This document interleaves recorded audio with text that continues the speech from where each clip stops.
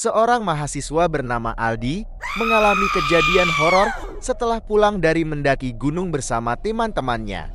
Selama 3 hari, ia merasa tubuhnya berat, mudah marah, dan sering mimpi buruk.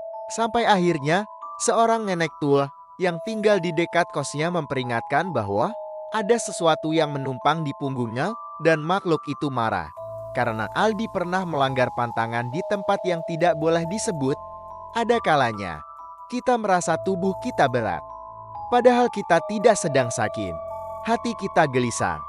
Padahal tidak ada masalah apa-apa. Lalu masuk ke pengenalan tokoh, Aldi, mahasiswa semester 5 yang hobi naik gunung. Aldi bersama 4 teman naik ke Gunung Bintang Sagara fiktif. Saat di puncak, Aldi kencing di bawah pohon besar. Padahal temannya sudah mengingatkan untuk tak sembarangan.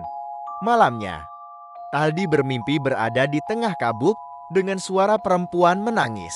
Paginya, tubuhnya pegal tak karuan dan suasana jadi sangat tidak enak. Mereka buru-buru turun di kos. Aldi mulai merasakan hal-hal aneh. Sering lupa, tubuh terasa berat, dan cepat marah. Teman kosnya, Iwan, bilang Aldi sekarang sering mengigau saat tidur. Katanya, Aldi suka mengerang sambil berkata, "Jangan ikut aku. Jangan naik ke punggungku."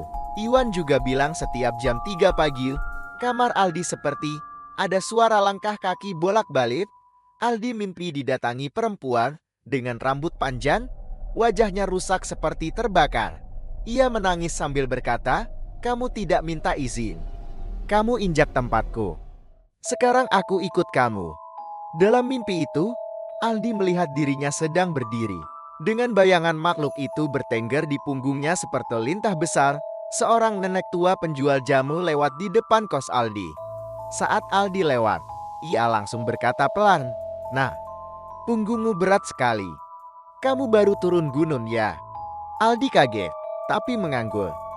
Nenek itu menyuruh Aldi datang ke rumahnya malam itu juga. Di sana, nenek itu membuka mata batinnya dan menjelaskan, "Kamu tidak sendiri. Dia perempuan yang sudah lama diam di pohon yang kamu cemari. Sekarang dia ikut kamu karena kamu tidak pamit. Dan kamu kuat. Makanya dia bertahan." Nenek mencoba bantu lewat doa dan pembakaran kemenyan. Tapi makhluk itu menolak pergi. Tubuh Aldi mendadak kejam, matanya putih. Dan dari mulutnya keluar suara wanita, "Aku ikut dia. Dia milikku sekarang." Nenek hanya bisa menangis dan berkata, dia sudah terikat. Harus kembali ke tempat semula. Aldi kembali naik ke gunung sendiri. Ia bawa sesajen bunga dan meminta maaf di pohon tempat ia kencing. Tapi di akhir cerita, Aldi tidak pernah kembali ke kosnya.